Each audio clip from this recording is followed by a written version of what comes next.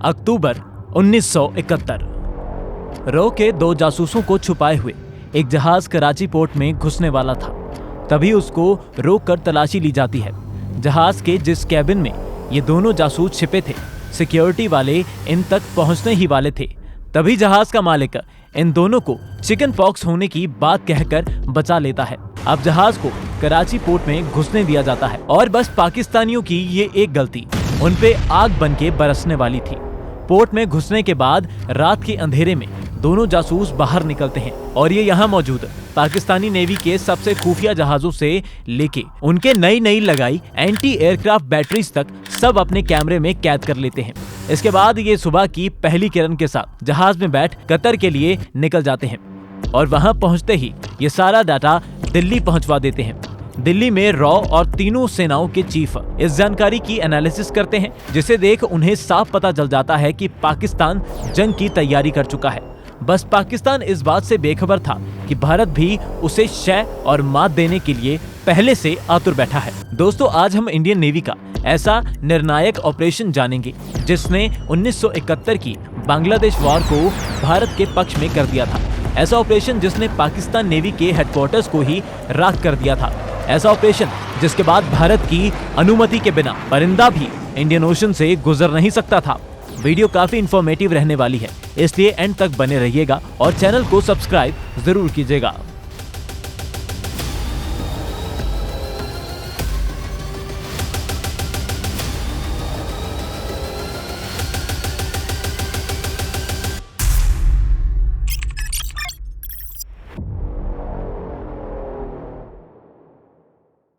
दिसंबर 1971 सुबह 6 बजे। भारत अभी ढंग से उठा भी नहीं था कि पाकिस्तानी एयरफोर्स आगरा, अमृतसर और उधमपुर जैसे 11 एयरबेस पर हमला कर देती है। देश के अलग अलग हिस्सों में बिजली की गति के साथ गड़गड़ाते पाकिस्तानी जेट्स ने बम धमाकों की लड़ी लगा दी थी। देखते ही देखते रनवे से लेके रडार्स तक सब तबाह हो चुका था।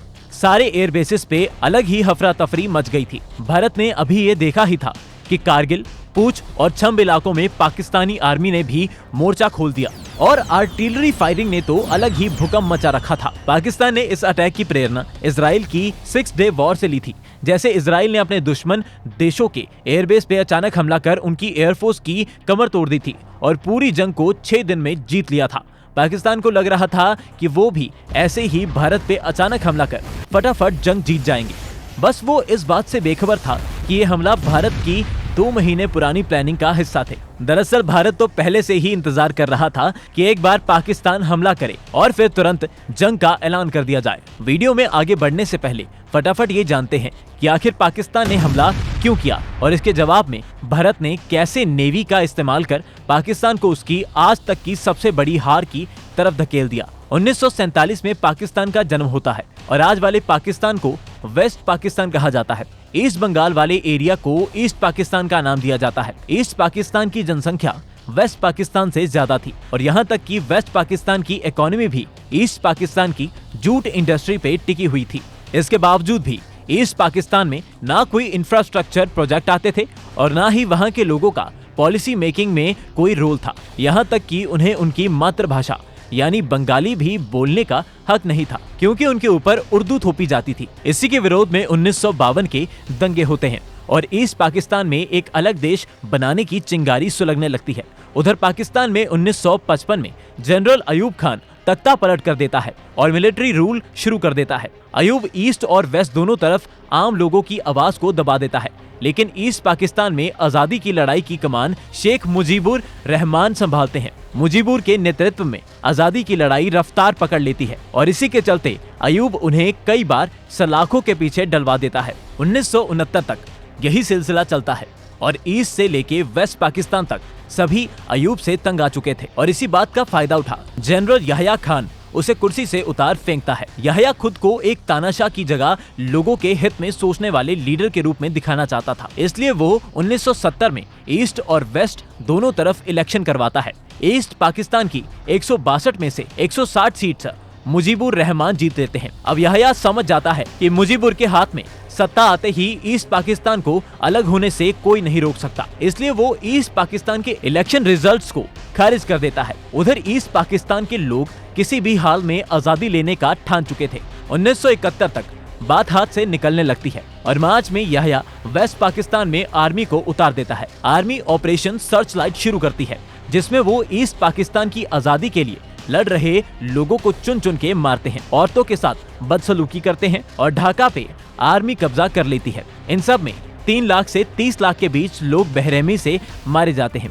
इसी कारण अपनी जान बचाने के लिए करीब 10 लाख लोग भारत में घुसने लगते हैं। अब भारत सरकार से भी अपने पड़ोस में हो रहा ये नरसंहार देखा नहीं जाता और वो बिना डायरेक्टली इन्वॉल्व हुए ईस्ट पाकिस्तान की आजादी के लिए लड़ रहे लोगों को मिलिट्री असिस्टेंस देने लगती है। इस नई बनी फौज को मुक्ति वाहिनी नाम दिया जाता है। इधर भारत ईस्ट पाकिस्तान की आजादी को सपोर्ट करने लगता है और पाकिस्तान को डर बैठ जाता है कि अगर भारत मिलिट्री के जरिए ईस्ट पाकिस्तान में घुस गया तो 1948 और 1965 की तरह वो फिर से हमें खदेड़ देगा। इससे पहले कि भारत हम पे हमला करे, हम ही उस पे हमला करके दिल्ली पे कब्जा कर लेंगे। बस इसी गलतफहमी में 3 दिसंबर 1971 को पाकिस्तान ने हमला किया था।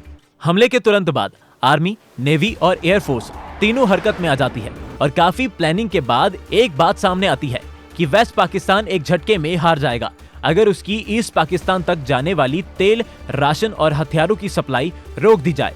इसी कारण पाकिस्तान नेवी के हेडक्वार्टर यानी कराची पोर्ट को तहस नहस करने का फैसला लिया जाता है, क्योंकि पाकिस्तानी एयरफोर्स के जहाजों में जो तेल डल रहा था वो ज्यादातर यहीं पे रखा था और ईस्ट पाकिस्तान में हथियार भी यहीं से पहुंच रहा था। इस काम के लिए नेवी की किलर यूनिट नाम से मशहूर स्क्वाड्रन को चुना जाता है। स्क्वाड्रन के लीडर बबरू भान यादव को इस काम की जिम्मेदारी सौंपी जाती है और रॉ द्वारा दी गई जानकारी की बुनियाद पे सारी तैयारी की जाती है। 4 दिसंबर 1971 इंडियन नेवी की 3 शिप्स निपट, निर्घट और वीर पाकिस्तान के सबसे डरावने सपने को सच करने के लिए मुंबई पोर्ट से कराची की तरफ निकल जाती है। इधर हमारी नेवी पूरी तैयार थी, लेकिन यह ऑपरेशन इतना आसान नहीं रहने वाला था, क्योंकि कराची पोर्ट पाकिस्तान नेवी का हेडक्वार्टर होने के कारण एंटी एयरक्राफ्ट मिसाइल्स के साथ पाकिस्तान की सबसे अत्याधुनिक शिप से सुरक्षा घेरे में था। हमारी तीनों शिप्स पूरा दिन पानी में सफर करने के बाद कराची पोर्ट से 460 किलोमीटर की दूरी पे ठहर जाती है। प्लान साफ था, रात होने तक यही इंतजार किया जाएगा और जैसे ही पाकिस्तान गहरी नींद में डूबेगा उसको सबसे बुरे सपने का सच कर दिया जाएगा। अब सूरज पूरी तरह डूब चुका था और अंधेरा इस समुद्र को घेरने लगा था। हमारी शिप्स अब कराची की तरफ आगे बढ़ने लगती है और रात के करीब 10:30 बजे कराची से 130 किलोमीटर की दूरी पे INS निर्घट के रडार में कुछ संदिग्ध दिखने लगता है। ध्यान से देखने पे पता चलता है कि ये पाकिस्तान नेवी का घमंड यानी उस समय की उनकी सबसे खतरनाक PNS खैबर है। कराची पोर्ट के साथ पाकिस्तान की सबसे अत्याधुनिक शिप को तहस नहस करना तो किसी जैकपॉट से कम नहीं और INS निर्घट से तुरंत एक स्टिक्स मिसाइल दाग दी जाती है। खैबर के मौजूद पाकिस्तानियों के रडार में मिसाइल दिख तो जाती है, लेकिन उन्हें ये एयरक्राफ्ट से छोड़ी गई मिसाइल लगती है और वो तुरंत एंटी एयरक्राफ्ट मिसाइल दाग देते हैं। पाकिस्तानी मन ही मन खुश होने लगते हैं कि उन्होंने चतुराई से खुद को बचा लिया, लेकिन तभी हमारी निर्घट की मिसाइल सीधा खैबर के पिछले हिस्से में टकरा जाती है। खैबर तुरंत कांप उठती है और उसमें आग लग जाती है। निर्घट को अभी भी खैबर डूबती हुई नहीं दिख रही थी और इसी कारण एक और मिसाइल खैबर की तरफ छोड़ दी जाती है। खैबर में मौजूद पाकिस्तानी अभी पिछले हमले से संभले ही नहीं थे कि दूसरी मिसाइल खैबर को पूरी तरह तबाह कर देती है और 222 पाकिस्तानियों के साथ खैबर इस समुद्र में डूबने लगती है। यह दृश्य देख उधर निर्घट में पहली कामयाबी की खुशी मनाई जाती है और अब दोगुनी रफ्तार से कराची की तरफ कूच किया जाता है। कराची से 43 किलोमीटर दूर INS निपट को विंस चैलेंजर नाम की मालवाहक शिप दिखती है, जो रिपोर्ट के मुताबिक ईस्ट पाकिस्तान में हथियार सप्लाई करने जा रही थी। निपट से तुरंत उस पे एक मिसाइल मारी जाती है और अपने अंदर रखे गोला बारूद के कारण ये शिप एक ही झटके में बॉम्ब की तरह ब्लास्ट हो जाती है। इसी दौरान INS वीर को पाकिस्तान नेवी की मुहाफिज शिप दिखती है और वो भी उसे तुरंत धुआं कर देती है। पाकिस्तान नेवी को तहस नहस करने के बाद अब सिर्फ निर्घट कराची की तरफ आगे बढ़ती है और बाकी दोनों शिप्स उसे कवर देने के लिए पीछे से निगरानी रखती है। कराची पोर्ट से 26 किलोमीटर की दूरी पे पहुंचते ही निर्घट एक के बाद एक 2 मिसाइल दागती है और पोर्ट पे मौजूद तेल की टंकियां आग के गुब्बारे के साथ ब्लास्ट हो जाती हैं। ऑपरेशन लगभग कामयाब हो चुका था, लेकिन पीछे से INS वीर संदेश भेजती है कि पाकिस्तान की बैकअप टीम दिखाई दे रही है, हमें वापस मुड़ना पड़ेगा। इसी के चलते निर्घट और बाकी शिप्स भारत की तरफ वापस मुड़ जाती है। बेशक कराची पोर्ट पूरी तरह से तहस नहस नहीं हुआ था, लेकिन ये अंत नहीं, ऑपरेशन का मध्यम साबित होता है, क्योंकि ये भारत नौसेना है और ये कभी कोई काम अधूरा नहीं छोड़ती। आने वाले कुछ दिनों तक पाकिस्तान तो अपने साथ हुई दुर्घटना का हिसाब लगाने में ही लग जाता है और पाकिस्तान इस हद तक बौखला जाता है कि एयरफोर्स से लेके नेवी तक सभी को कराची पोर्ट की निगरानी में लगा देता है। पाकिस्तान इस हद तक भारतीय नेवी से खौफ खा जाता है कि 6 दिसंबर को अपनी ही शिप जुल्फिकार को भारतीय शिप समझ उड़ा देता है। बेशक पाकिस्तान इस हद तक सतर्क हो कि अपनी ही शिप को उड़ा देता है, लेकिन भारतीय नेवी को इस बात से कोई फर्क नहीं पड़ता। इंडियन नेवी की शिप्स त्रिशूल, विनाश और तलवार अधूरे काम को पूरा करने के लिए कराची पोर्ट की तरफ निकल पड़ते हैं। कई देर इस विशाल समुद्र में आगे बढ़ने के बाद रात के करीब 10 बजे जब तीनों शिप्स कराची पहुंचने वाली थी, तभी वो देखते हैं कि एक मालवाहक जहाज उनके कराची जाने की खबर पाकिस्तान नेवी को भेज रहा है। इसी के चलते हमारी शिप्स अब दुगनी रफ्तार से आगे बढ़ने लगती है, लेकिन इस समय तक पाकिस्तान नेवी पूरी तरह अलर्ट हो चुकी थी। हमारी शिप्स कराची से सिर्फ 22 किलोमीटर की दूरी पे थी। तभी वो देखते हैं कि कराची पोर्ट पे लगे रडार घूमना बंद कर चुके हैं। इसका मतलब साफ था कि पाकिस्तान नेवी ने हमारी शिप्स ट्रैक कर ली थी और वो किसी भी वक्त हमला कर सकते थे।